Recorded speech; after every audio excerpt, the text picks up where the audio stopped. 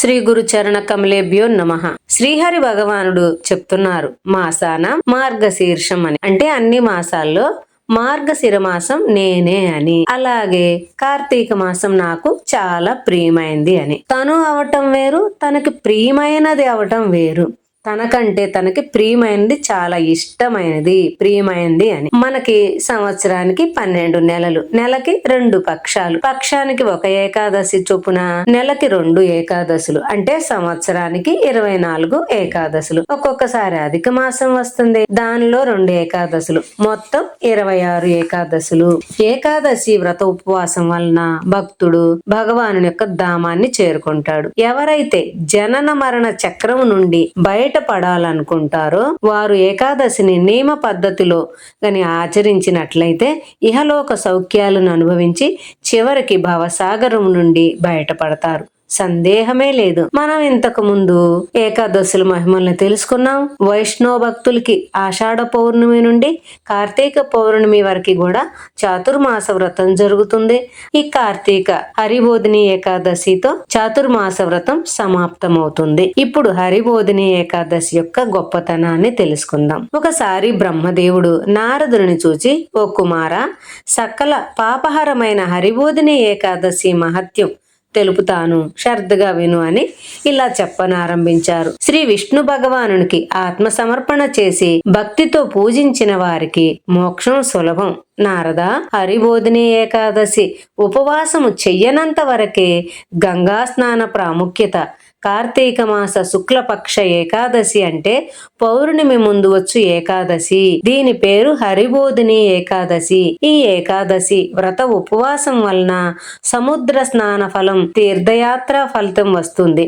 ఇది అన్ని విధాల పాపాలను పోగొట్టి 1000 అశ్వమేధ యాగాలు, 100 రాజసూయ యాగాల ఫలం. అంతేకాదు ఓ నారదా, బ్రహ్మహత్యా పాతకం కూడా ఈ ఏకాదశి ఉపవాసం వలన నశిస్తుంది. ఎట్టి యాగ హోమాలు గాని, తీర్థయాత్రలు గాని, గోదానం, సువర్ణదానం గాని, భూదానం గాని దీనికి సమానం కావు. ఈ ఏకాదశి ఆచరణతో వంశములో గొప్ప పేరు ప్రఖ్యాతులు పొందుతారు అని బ్రహ్మదేవుడు చెప్పగా నారద ముని ఇలా అడుగుతున్నారు, తండ్రి, ఏకాదశి నాడు పూర్తి రోజంతా ఉపవాసం ఉంటే ఏం ఫలం? అదే పగలంతా ఉపవాసం ఉండి రాత్రికి ధాన్యం లేకుండా దుంపలు పండ్లు తింటే ఏం ఫలితం? అలాగే మధ్యాహ్నం ధాన్యం లేకుండా ఫలాలు తింటే ఏం ఫలం అని అడిగారు. ఇది విని బ్రహ్మదేవుడు ఇలా చెప్తున్నారు, ఓ నారద, పగలు ఫలములు దుంపలు మాత్రమే భుజించి ఏకాదశి ఉపవాసం ఉన్న మానవుడు గత జన్మ పాపముల నుండి మాత్రమే విముక్తుడవుతాడు. అలా కాక రాత్రి మాత్రమే ఫలాలని దుంపల్ని తినే ఏకాదశి ఆచరించిన మానవుడు తన గత 2 జన్మల పాపాలను పోగొట్టుకోగలడు. ఇక ఏకాదశి రోజంతా ఉపవాసం ఉన్న అతడు తన గత 7 జన్మల పాపాలని నిస్సందేహంగా పోగొట్టుకోగలడు. హరిబోధిని ఏకాదశిని నియమంతో ఆచరిస్తే 3 లోకాల్లోనూ పొందలేనిది దానిని పొందగలుగుతాడు.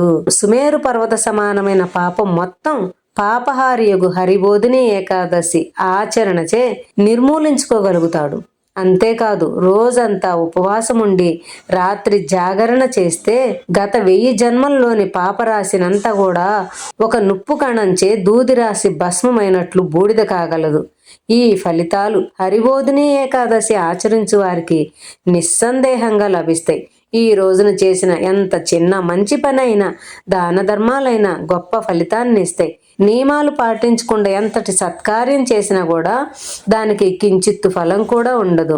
ఉపవాసాన్ని దూషించేవాడు, దైవభక్తి లేనివాడు, వేద నింద చేసేవాడు, వేద శాస్త్రాల ప్రకారం నడిస్తే నాశనమేనని భావించేవాడు, పరుల భార్యలను పొందేవాడు, దుర్మార్గుడు, ఇతరులు చేసిన మేలు మరిచేవాడు, విశ్వాసఘాతకుడు, మోసగాడు, వీరు ఏ సత్కార్యం చేసినా ఫలితం రాదు.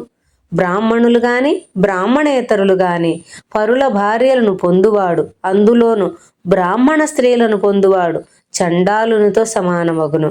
బ్రాహ్మణుడైనా సరే వితంతువును పొందిన తనకేగాక తన కుటుంబానికి వినాశనం తెచ్చుకోగలడు సుమా. అట్టి కాముకుడైన బ్రాహ్మణుడు రాబోవు జన్మలో సంతానం లేక జీవిస్తాడు. అతనికి గత జన్మ పుణ్యం కూడా నశిస్తుంది. గర్వంతో బ్రాహ్మణ నింద గురు నింద చేయువానికి ఆధ్యాత్మిక అభివృద్ధియే ఉండదు. సంతాన సౌభాగ్యాలు రెండింటినీ కోల్పోతాడు.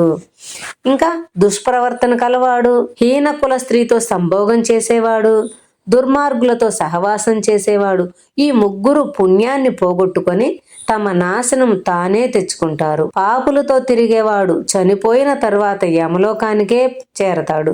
పాపులింట భోజనం చేసిన పుణ్యం కోల్పోతుంది. అంతేకాదు తన జీవితకాలం నశింపజేసుకుంటారు. పిల్లలని సౌఖ్యాలని పోగొట్టుకుంటారు. ఒక పుణ్య జీవిని అనగా నిర్మల జీవితం గడుపు వానిని గాని సన్యాసిని గాని నిందించు పాపి తన ఆధ్యాత్మిక జ్ఞానం కోల్పోయి ఆర్థిక నష్టమును, శక్తిని, ఇంద్రియ జ్ఞానాన్ని నశింపజేసుకుని నరక కూపాన అగ్ని బాధతో అలమటిస్తారు. అంతేకాదు అట్టి నింద చేయువానిని ఆటంకపరచకపోయిన వాడు కూడా గాడిదతో సమానుడు కావున ఇట్టి నష్టాలనే పొందుతాడు. ఉత్తముల దూషణ ఎంత పాపమునిచ్చునో దూషించు వారిని ఆపకపోవటతో కూడా అంతే పాపం వస్తుంది. దుష్ప్రవర్తన గలవాడు ఎన్ని దాన ధర్మాలు, ఎన్ని సత్కార్యాలు చేసినా చనిపోయిన పిమ్మట ఉత్తమ జన్మ పొందలేడు. అందుచే సత్పురుషుల నింద పనికిరాదు. హరిబోధిని ఏకాదశి నాడు భక్తిహీనుల ఇండ్లలో ఏమీ తినరాదు. శ్రీ విష్ణు చింతనతోనే కాలం గడపవలెను. విష్ణు మహిమలను గూర్చి చదువవలను, వినవలను, భగవానుని స్తుతిస్తూ పాటలు పాడవలను. ఇతర కార్యాలను వెనకకు నెట్టి కాలమంతా కూడా శక్తినంతా భగవంతుని సేవకే వినియోగించాలి. శ్రీ విష్ణుదేవుని అవతార మహిమల్ని కొనియాడాలి. అట్టి వానికి అన్ని యజ్ఞయాగాదుల ఫలితం వస్తుంది. పాపములు భస్మ అవుతాయి.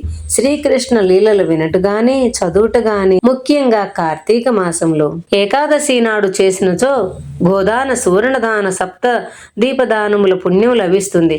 బ్రహ్మ చెప్పిన ఈ మాటలు విని నారదుడు, తండ్రి ఏకాదశి వ్రతాన్ని ఎట్లు ఆచరించాలో ఇంకా వివరంగా చెప్పండి అని అడిగారు. అప్పుడు బ్రహ్మ నారదునితో ఈ విధంగా చెప్తున్నారు. ఓ నారదా, హరిబోధిని ఏకాదశి ఉండగోరు భక్తుడు ఏకాదశి ఉదయాన్నే అంటే కనీసం సూర్యోదయానికి 90 నిమిషాల ముందు బ్రహ్మ ముహూర్తంలో లేచి దంతధావనం చేసి స్నానమాచరించి కేశవుని పూజించాలి.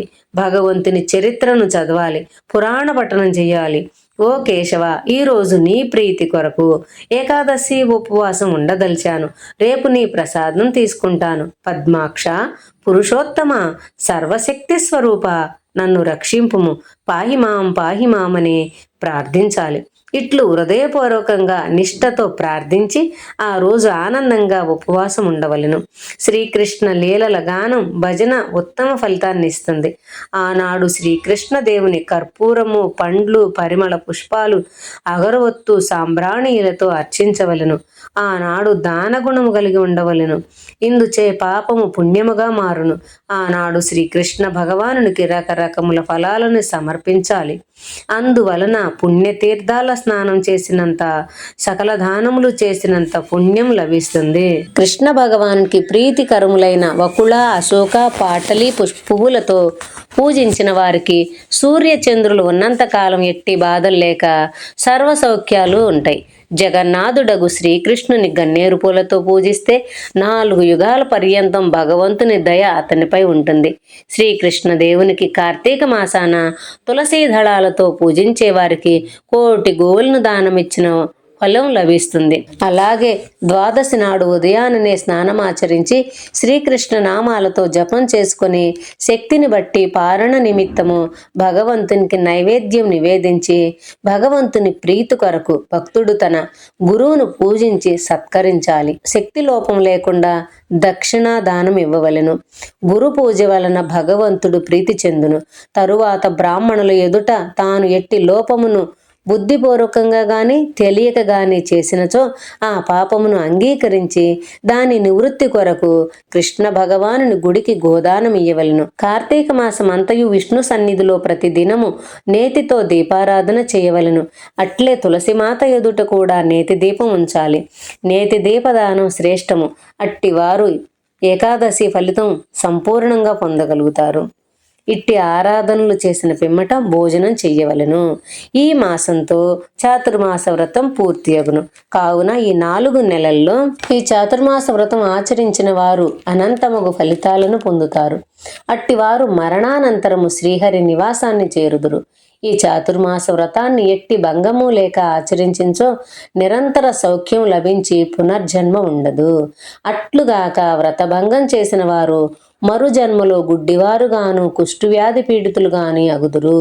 హరిబోధిని ఏకాదశిని ఆచరించు విధానాన్ని వివరంగా తెలిపితినని ఈ విధంగా నారద మహర్షికి బ్రహ్మదేవుడు వినిపించారు. దీనిని విన్నవారు చదివినవారు ఉత్తమ బ్రాహ్మణునికి గోదానమిచ్చిన ఫలితాన్ని పొందెదరని కూడా వినిపించారు. ఈ కథ వ్యాస భగవానుచే రచించబడిన స్కంద పురాణ అంతర్గతంలో నుండి గ్రహించబడినది. హరి ఓం తత్సత్.